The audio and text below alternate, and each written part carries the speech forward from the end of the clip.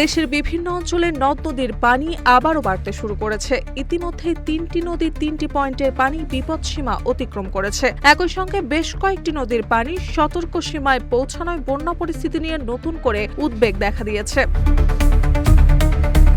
বন্যা পূর্বাভাস ও সতর্কীকরণ কেন্দ্রে বুধবার সকাল ৯টা তথ্য অনুযায়ী গাইবান্ধা তারাপুর পয়েন্টে তিস্তা নদীর পানির বিপদসীমার ১ সেন্টিমিটার, সিলেটের ফেঞ্চুগঞ্জে কুশিয়ারা নদীর পানি ২৩ সেন্টিমিটার এবং নেত্রকোনার কমলাকান্দায় সোমেশ্বরী নদীর পানি ৪ সেন্টিমিটার ওপর দিয়ে প্রবাহিত হচ্ছে।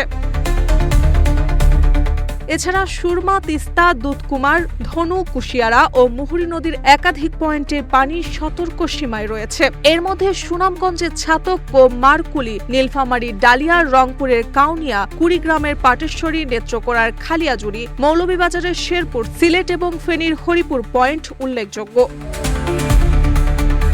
বন্যা পূর্বাভাস কেন্দ্র জানিয়েছে, দেশের ১২৭টি পানি পরিমাপ কেন্দ্রের মধ্যে ৬৩টিতে নদীর পানি বেড়েছে, ৬২টিতে কমেছে এবং ২টি কেন্দ্রের পানি অপরিবর্তিত রয়েছে। গত ২৪ ঘন্টায় ভারতের ত্রিপুরার কুমারঘাটে ১৩৩ মিলিমিটার এবং বাংলাদেশের সুনামগঞ্জের মহেশখোলায় ৭৭ কিলোমিটার বৃষ্টিপাত রেকর্ড করা হয়েছে। নদ নদীর পরিস্থিতির সার্বক্ষণিক পর্যবেক্ষণ করছে বন্যা পূর্বাভাস ও সতর্কীকরণ কেন্দ্র। যেসব এলাকায় নদীর পানির বিপদ সীমা ও সতর্ক সীমার কাছাকাছি রয়েছে, সেসব এলাকার বাসিন্দাদের সতর্ক থাকার পাশাপাশি স্থানীয় প্রশাসনের নির্দেশনা মেনে চলার পরামর্শ দেওয়া হয়েছে।